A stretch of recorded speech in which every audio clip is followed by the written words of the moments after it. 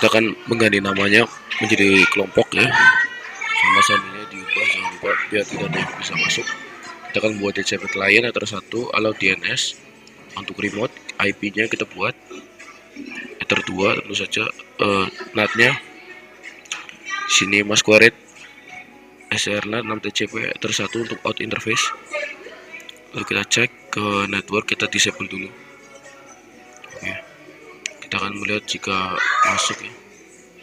Oke, sebentar ya. Lalu kita pergi ke ini, sebentar. Kita akan mengeceknya lagi. Oke. Setelah itu kita membuat DCP. Kita membuat lagi. Sebenarnya tadi terhapus. Oke, setelah kita membuat DCP setup sampai 100, jangan lupa NAT biasa seperti tadi. Kita akan melihat jika ini sudah bisa. Ya, sudah bisa. Oke. Yang kedua kita akan membuat log DCP Ether 2. Jangan lupa di sini akan muncul. Sebentar. Oke, sebentar. 6 TCP Ether 2 channel. Oke, kita akan membuat blok ping. Kita akan mengetes dulu ping, kita ping di sini sampai request timeout. Ya, sudah bisa. Terus kita ganti lagi. Sini kita linux.com SMK Tes Mako Pemalang School ID. Oke, kita akan tes linux.com. Bisa ya? Kenalan situsnya. NAT, kita tes NAT. PCP di stepnya 80. Kita dinamakan cacat administrator. Ini akan juga jangan lupa. Kita kasih Linux ID. Sini kita kasih mp3 di pad, jangan di DST-OS untuk file. Oke. Setelah itu kita tes. Oke, oh bisa ya. Untuk MKV dan MP3, untuk Mikrotik, Linux ID bisa semua kecuali Mikrotik ya.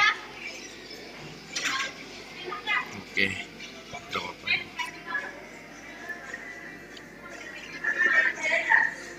Lalu kita akan membuat layer 7 protokol ya, Mikrotik titik orang. Oh, sepertinya salah. Kita akan masukkan ini ke layer 7 protokol. Titik orang. Oke, nggak bisa ya. Sebentar. Ada yang belum terlalu itu. Oke, kita ganti dulu sebentar. Oke, 6 RCP seperti tadi. 4 ini pengalaman situs. Perizinan situs. Kita akan mengecek apakah bisa untuk di blok. Tidak bisa. Sepertinya kita harus sabar.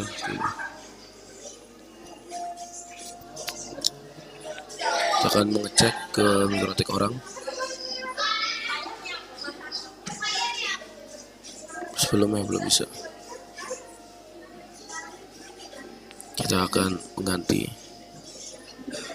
Oke, kita akan menggunakan web proxy saja ya. Yang penting bisa ngeblok. Kita akan membuat perizinan situs. Oke, drop.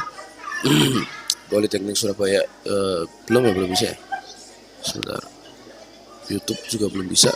Kita centang dulu terlebih dahulu ya. YouTube. Oh, ini sudah bisa ya. Oke. Kita akan buat grabbing. IP kita ditulis dengan /grab dan bisa ya teman-teman. NTP jangan lupa full ID NTP or AMJ. Kita membuat VLAN di sini, namanya ya di SSID. Security-nya juga dynamic key, di sini juga password. Ya, lalu kita pergi ke address untuk mengisi IP ya, untuk WLAN. Jangan lupa ini 100, jangan lupa. Oke. Kita akan buat sebuah blok timer.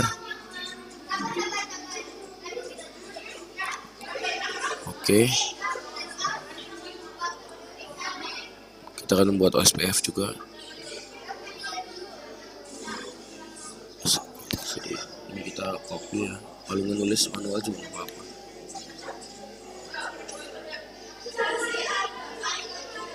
Oke, satu persatu dimasukkan.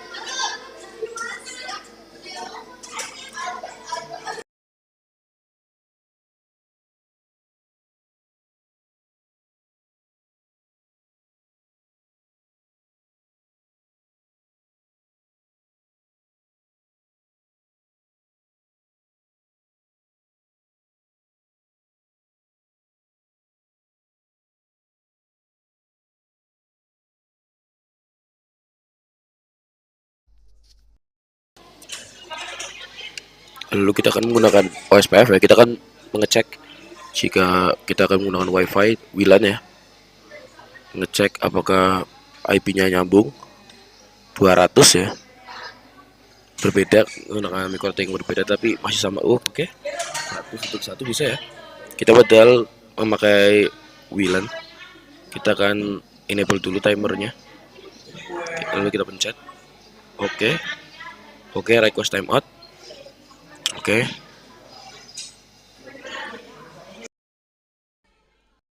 Jadi di sini ada ISP atau internet menyambung ke router, menyambung ke switch, dan router ini bisa memberikan jaringan ke WLAN dan klien. Jadi ISP ini memberi koneksi ke tempat kita menggunakan fiber atau kabelan, modem juga bisa. Di sini kamu mendapat IP public, bisa statik atau dinamik. Dan router ini otaknya jaringan. Router mengatur lalu lintas data keluar masuk jaringan, menyambungkan ke NAT, DHCP server, dan firewall dasar, dan juga gateway.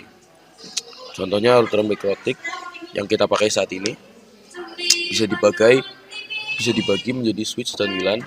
Switch membagi jalur kabelan, menghubungkan banyak perangkat kabel, bekerja di layer 2. MAC address tidak mengatur IP, hanya meneruskan data seperti forward ya. Contoh perangkatnya seperti PC, server, printer atau CCTV, klien, pengguna via kabelan atau wireless ya. Prosesnya klien meminta IP pada DHCP router, maka router mengasih dynamic IP yang dinamik tentunya. Sementara klien klien atau ini kabel ya, pengguna kabel itu seperti PC, server, dan laptop. Mereka meminta IP pada DHCP router menggunakan kabel. Sementara WLAN atau wireless ya, biasanya itu access point atau wifi bawaan router, berarti mendapatkan IP dari router secara dinamik atau statik seperti biasanya. Jadi secara logika WLAN juga klien juga, IP dari router sama aja, gateway ke router, internet lewat router, yang dimana router mengambilnya lewat ISP, berarti router juga kliennya oleh ISP. Jadi ya seperti itu. Jadi alur datanya adalah klien LAN atau WiFi kirim request, switch meneruskannya ke router kita setting NAT dan routing, router lagi mengirimkan ISP internet, balik lagi lewat jalur yang sama.